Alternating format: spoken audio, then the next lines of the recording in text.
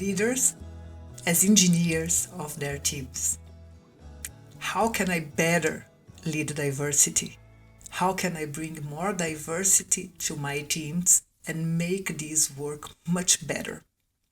We are living in a world right now that diversities and minorities are seeing a hostile universe and not a friendly universe. And if we are able, not if, when we are able to change this perspective of the minorities, and I speak for myself,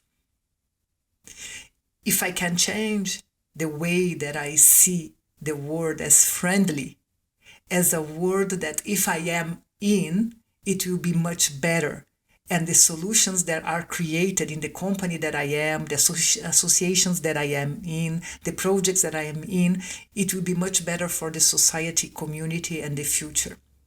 This will change completely how you act, and then the way that you role model to your teams will be completely different. My mother used to tell that I should say yes to peace instead of no to war. So I should challenge the status quo, not fight against it, in a way that I live what I believe in. And when I went to Leverkusen, to Germany, with Bayer, I remember that I used to bake cakes or buy cakes to bring to the teams Friday. So for my team. And my boss, in the beginning it was strange, but after they just get used to this Latin girl that brings food for us to eat. But after a while, after I think 2 years, one day in a budget meeting or a discussion about a budget meeting, our boss brought a WorkCoherence to the team that his wife had baked to us. So if you believe in what you are and you live what you believe in, you are able to bring this diversity to the environment. If you think that it's not so long ago that women didn't vote, even white men without property didn't vote. If we think that there are some countries today that it was like Saudi Arabia, I think that it was 2015 that women were allowed to vote.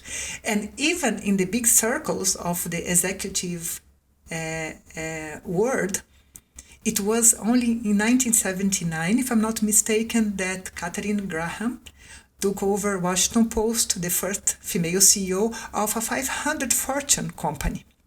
So if you think that you, as a diversity, you should come to a place and fight against the group that was privileged, that had power before, you were wrong. You are not going to any place. If we have rage about the powerful groups that were before us, it's not working. What we have to do is to make everybody understand the power of diversity, how much you bring in a different perspective can bring to the table much better solutions for the community, for the result, the outcome of that everybody is looking for.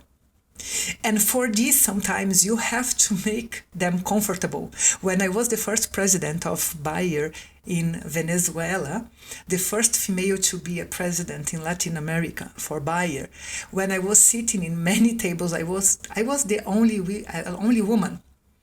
And I knew that I had to make people comfortable so I could be heard. And if I would fight, it would be a fight against, and then it would be a barrier to listen what I was talking.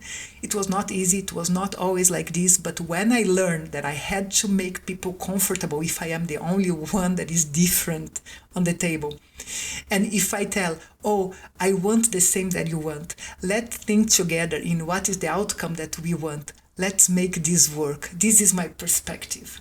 So making people comfortable with you makes you more comfortable to be you. So instead of fighting against something, believe in what you believe and bring this, and be sure that what you will bring will add value to the outcome that you as a collective is looking for. Try to make this change in the neural pathways of your team. So the diversity that you will have in your team will live what they believe in, and it will be much easier for you to lead this diversity.